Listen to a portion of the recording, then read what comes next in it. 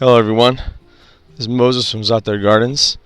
I'm going to show you another little tip here. I'm getting a lot of questions on Instagram and YouTube for quite some time, but really this past month about growing grapes. There's a lot of people out there who haven't grown grapes before, and there's a lot of what I believe, or it definitely is, some misinformation from actual, long-time YouTubers on YouTube, creating videos about how to grow grapes or how to prune grapes. Is just ridiculous. I'm going to show you how I prune my own grapes. I have different varieties here on this trellis that I made, going all the way down. And I also have a pixie grape, a small little grape. It's just really easy to prune anyways. The key with growing grapes is that more is less. So if you allow your grapes, and I did a video in the past about when you're pruning your grapes in the spring, thinning out your grapes in the spring, you don't want all the, this is a Concord right here, you don't want all of the vines that, it'll go from the base every year, just come out. You don't want 20-30 vines coming up. Just a few vines, maybe even 2 actually, not even 4 like this one is, just spread out. And that's it. You don't want 20 or 30 vines coming out. And that's, one of the YouTubers that I saw a video of, having about, those 12 vines on the floor, and they just pick them up and they just tie them up here. That's going to cause so many problems, so many fungal issues and insect issues and air movement problems and sunlight issues. You're going to have, if you prune correctly, you're going to have big, beautiful leaves, no bug bites, no insects under the leaves, nothing.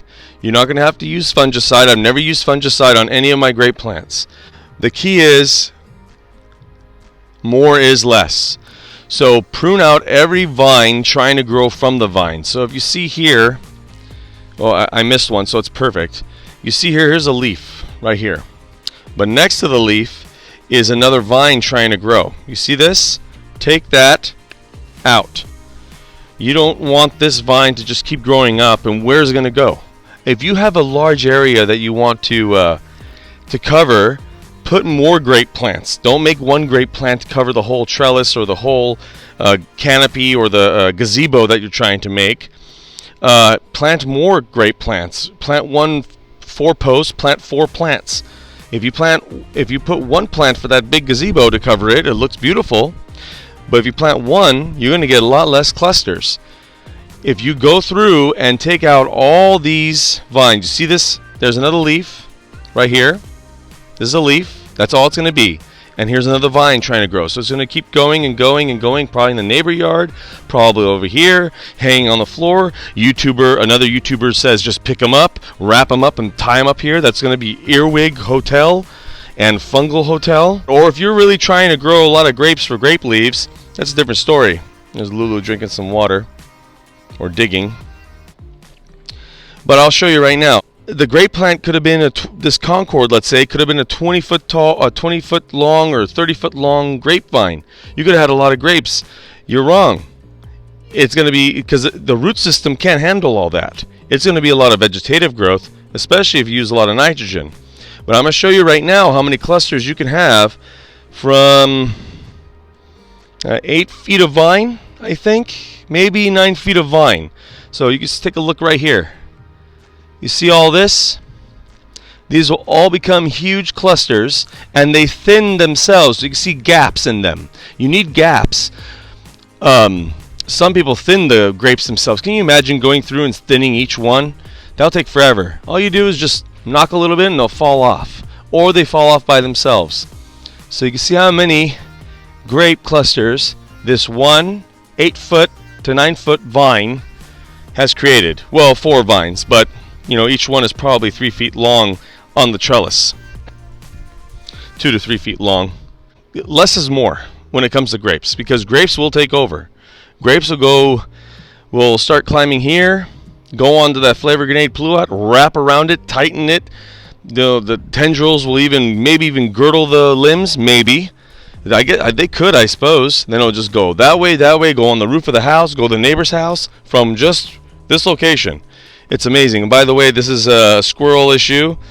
My dog is trying to deal with it, but I don't mind because now I take this sand and spread it around in my garden. So this is thank you my neighbor's sand underneath their house, or underneath their yard, so I get free sand. Make it simple, everybody. Grapes is an art. Mostly everything in gardening is art, but it's an art. You can see right here how beautiful this is, and you can see nothing, or at least as much as I can get, nothing is touching the fence. Everything is tight on this trellis, nice and clean. Here as well, I got to work on this a little bit more. See the one touching the fence? I got to cut that off. Nice and clean. Don't go crazy. I've seen some pictures sent to me on Instagram of like 20-30 vines, and they get like 2 clusters of grapes, and that's it. And then when they saw these pictures of when I do this on a 8 to 9 foot vine, and they just went crazy. Nice and slow, very low on the nitrogen, or you're just going to get growth. Unless you want grape leaves for salma, dolma, or yalanchi, however you call it. Keep it nice and clean. Thin out even vines or even leaves that just crowded up too much. Look underneath your plants instead of above. You can't really see anything from above, so look underneath. Make sure you don't see an earwig hotel. Grapes are not that hard. They're only hard when they go wild. Then you can't control them. They're just like a vining plant, like my passion fruit, where it just goes crazy. Happy gardening, everyone.